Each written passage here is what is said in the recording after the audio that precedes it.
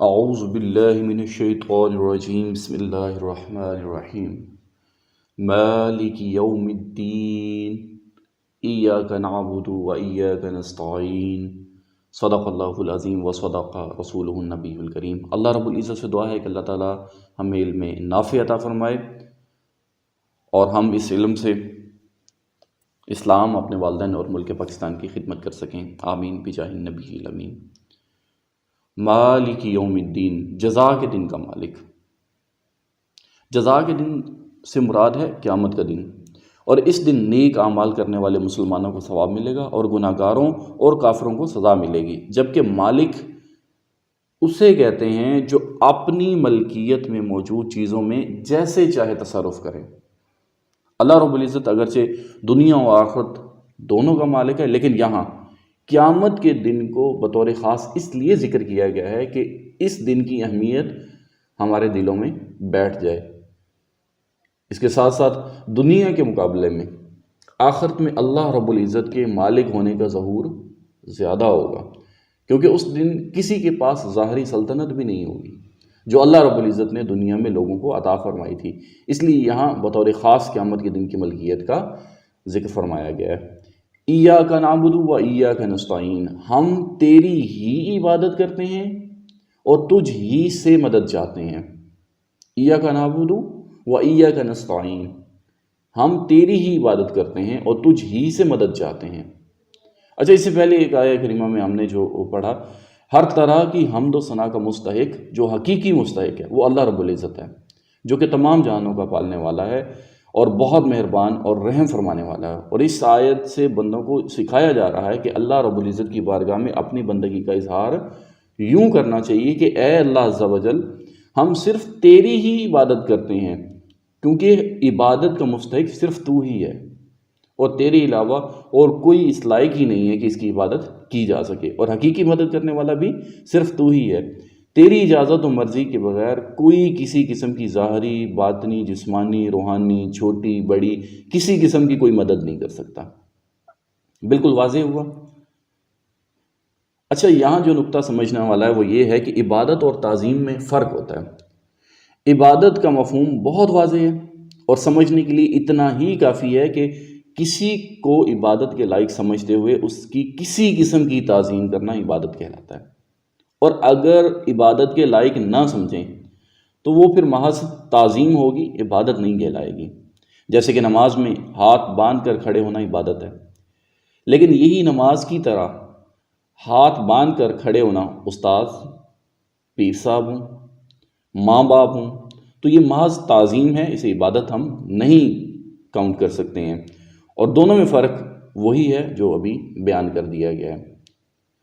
آیت جو ابھی ہم نے تلاوت کرنے کا شرف حاصل کیا، ایاک نعبد، اس سے معلوم ہونے والی کچھ باتیں ہیں اہم جس کو ہمیں سمجھنا ہوگا۔ اچھا، اس آیت میں جمع کے صیغے ہیں، جیسے کہ ہم تیری ہی عبادت کرتے ہیں۔ ہم سے مراد کیا ہے؟ جیسے کہ ہم نماز میں کھڑے ہوتے ہیں، باجماعت نماز ادا کرتے ہیں، اور اسے ہمیں یہ فائدہ بھی ہوتا ہے، ہمیں سمجھ میں بھی آتا ہے کہ باجماعت نماز ادا کرنی چاہیے، اور لوگوں کو بھی اس کا جو ہے ہمیں پرچار کرنا چاہیے کہ باجماعت نماز ادا کرنی چاہیے، اور دوسروں کو بھی عبادت میں شریک کرنے کا فائدہ ایک یہ بھی ہے کہ گناہ گاروں کی عبادتیں اللہ رب العزت کی بارگاہ میں جو مقبول اور محبوب بندے ہیں ان کی عبادتوں کے ساتھ جمع ہو کر قبولیت کا درجہ پا لیتی ہیں۔ ہم تیری ہی عبادت کرتے ہیں، کر تو میں اکیلا عبادت رہا ہوں، ایاک نعبد و ایاک نستعین، تو ہم تیری ہی عبادت مطلب کہ وہ جو نیک اور محبوب بندے ہیں ان کے ساتھ ہم اپنا آپ بھی جوڑ لیتے ہیں۔ اور یہ بھی معلوم ہوتا ہے کہ اللہ رب العزت کی بارگاہ میں اپنی حاجت عرض کرنے سے پہلے اپنی بندگی کا اظہار کرنا چاہیے، یعنی کہ ہم تجھ ہی سے مدد چاہتے ہیں۔ اس سے پہلے کیا ہے؟ ہم تیری ہی عبادت کرتے ہیں، یعنی کہ پہلے ہم بندگی کرتے ہیں پھر تجھ سے مدد چاہتے ہیں۔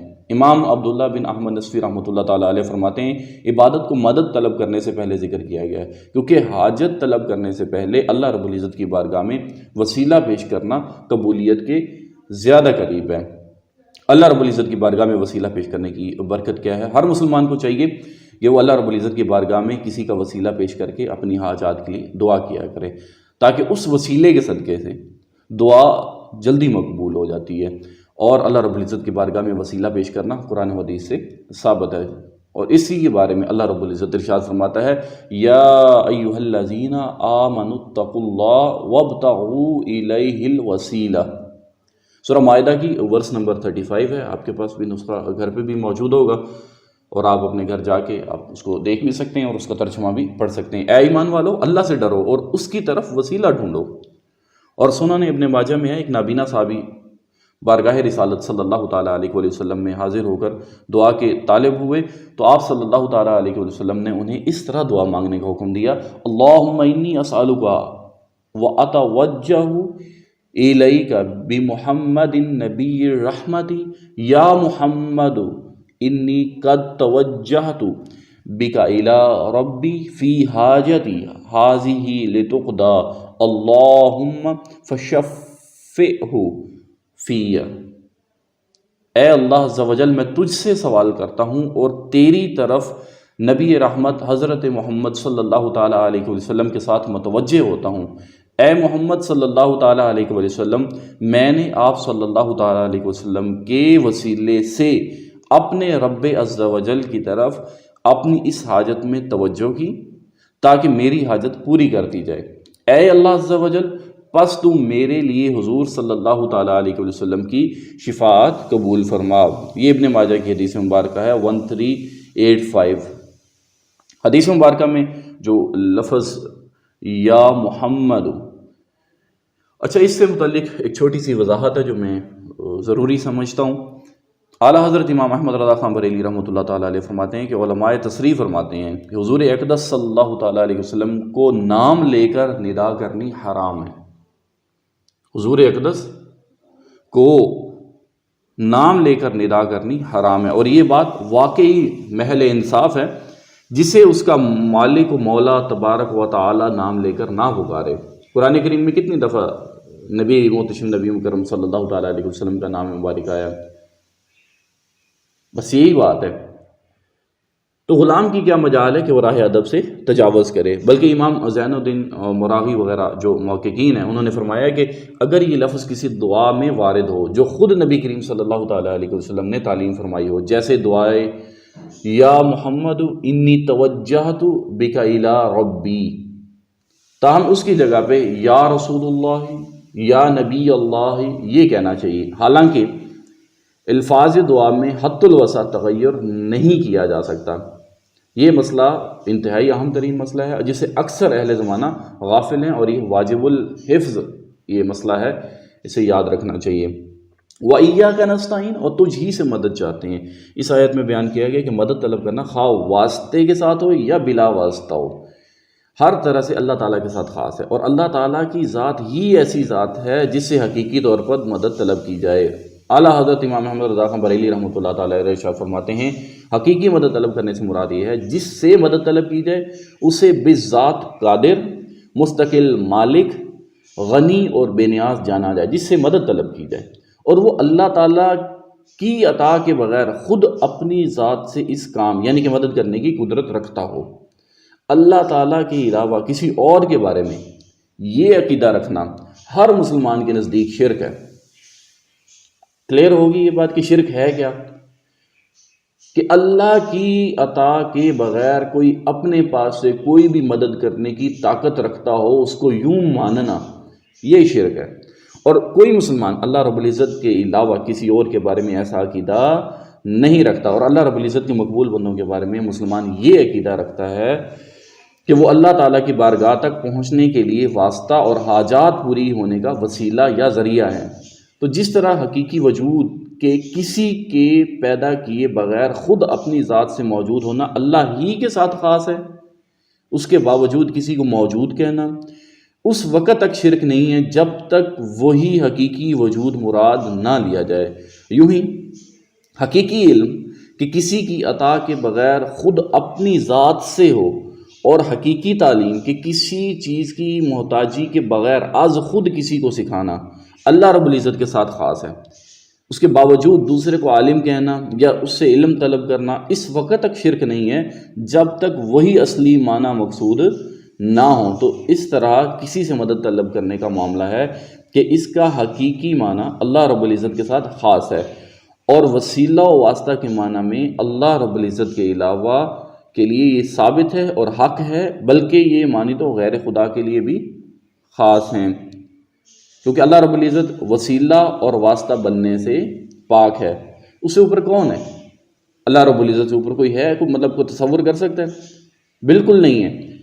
اور یہ پھر اس کی طرف سے وسیلہ ہوگا، اور اس کے سوا حقیقی حاجت روا کون ہے کہ یہ اللہ رب العزت اس کا بیچ کا واسطہ بنے؟ ایسا بالکل بھی نہیں ہے۔ اور کچھ لوگوں کی طرف سے یہ ہونے والا ایک اعتراض ہے جس کے ذکر میں جواب فرمایا گیا، یہ نہیں ہو سکتا کہ خدا سے توسل کر کے اسے کسی کے یہاں وسیلہ و ذریعہ بنایا جائے۔ اس وسیلہ بننے کو ہم اولیاء کرام سے مانگتے ہیں، اور وہ دربار الہی میں ہمارا وسیلہ، ذریعہ اور قضائے حاجات کا واسطہ ہو جائیں۔ اور اس کے جواب میں ایک آیہ کریمہ آپ کے سامنے تلاوت کرنے کی کوشش کرتا ہوں۔ وَلَوْ أَنَّهُمْ إِذ ظَلَمُوا أَنفُسَهُمْ جَاءُوكَ فَاسْتَغْفِرُوا اللَّهَ وَاسْتَغْفَرَ لَهُمُ الرَّسُولُ لَوَجَدُوا اللَّهَ تَوَّابًا رَحِيمًا۔ سورہ نساء کی ورس نمبر 64۔ اور جب وہ اپنی جانوں پر ظلم یعنی گناہ کر کے تیرے پاس حاضر ہوں اور اللہ سے معافی چاہیں اور معافی مانگے ان کے لیے رسول، تو بے شک اللہ کو توبہ قبول کرنے والا مہربان پائیں گے۔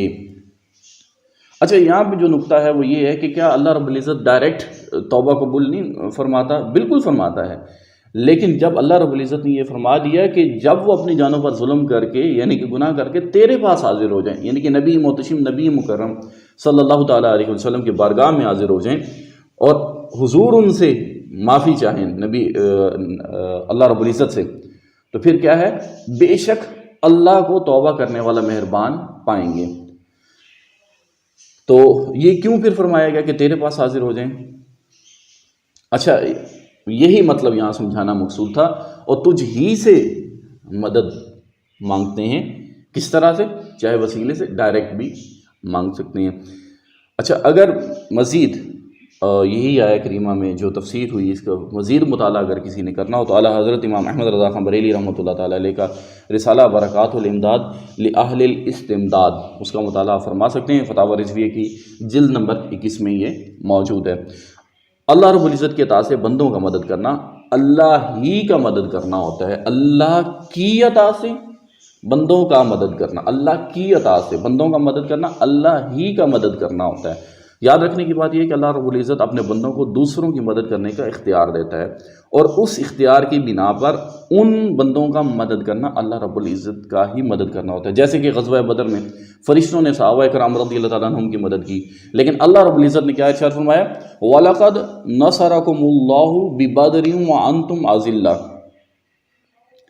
اور بے شک اللہ نے بدر میں تمہاری مدد کی جب تم بالکل بے سر و سامان تھے۔ آل عمران کی ورس نمبر 1-3۔ اچھا، یہاں جو فرشتوں نے مدد کی ہے اس کو اللہ رب العزت نے اپنی مدد کہا، اور اس کی وجہ بھی یہی ہے کہ فرشتوں کو مدد کرنے کا اختیار اللہ رب العزت کے دینے سے ہے، تو حقیقتاً ہی اللہ تعالیٰ ہی کی مدد ہوئی۔ یہی معاملہ انبیاء کرام علیہ السلام اور اولیاء اعظام رحمۃ اللہ تعالیٰ علیہم کا ہے کہ وہ اللہ عز و جل سے کی عطا سے مدد کرتے ہیں، اور حقیقتاً وہ مدد اللہ تعالیٰ کی ہوتی ہے۔ جیسے کہ حضرت سلیمان علیہ السلام نے اپنے وزیر حضرت آصف بن برقیہ رضی اللہ تعالیٰ عنہ سے تخت لانے کا فرمایا، اور انہوں نے پلک جھپکتے میں تخت حاضر کر دیا۔ اس پر انہوں نے فرمایا ھذا من فضل ربی، یہ میرے رب کے فضل سے ہے۔ اور تاجدار رسالت صلی اللہ تعالیٰ علیہ وسلم کی سیرت مبارکہ سے مدد کرنے کی تو اتنی مثالیں پیش کی جا سکتی ہیں کہ اگر سب کو جمع کیا جائے تو ایک ضخیم کتاب مرتب ہو سکتی ہے۔ جیسا کہ صحیح بخاری شریف میں نبی کریم صلی اللہ تعالیٰ علیہ وسلم نے تھوڑے سے کھانے سے پورے لشکر کو سیر کر دیا، بخاری شریف ہے۔ آپ صلی اللہ تعالیٰ علیہ وسلم نے دودھ کے ایک پیالے سے 70 صحابہ کو سیراب فرما دیا، بخاری شریف۔ انگلیوں سے پانی کے چشمے جاری کر کے 1400 یا اس سے بھی زائد افراد کو سیراب کر دیا، بخاری شریف۔ لعاب دہن مبارک سے بہت سے لوگوں کو شفا عطا فرمائی۔ اس طرح بہت سی مثالیں پیش کی جا سکتی ہیں، اور یہ تمام مددیں چونکہ اللہ رب العزت کی عطا کردہ طاقت سے تھیں، لہٰذا سب اللہ تعالیٰ ہی کی مدد ہوئی۔ اللہ رب العزت سے دعا ہے کہ اللہ رب العزت ہمیں سن کر سمجھنے اور سمجھ کر عمل کرنے کی توفیق عطا فرمائے۔ وما علینا الا البلاغ المبین۔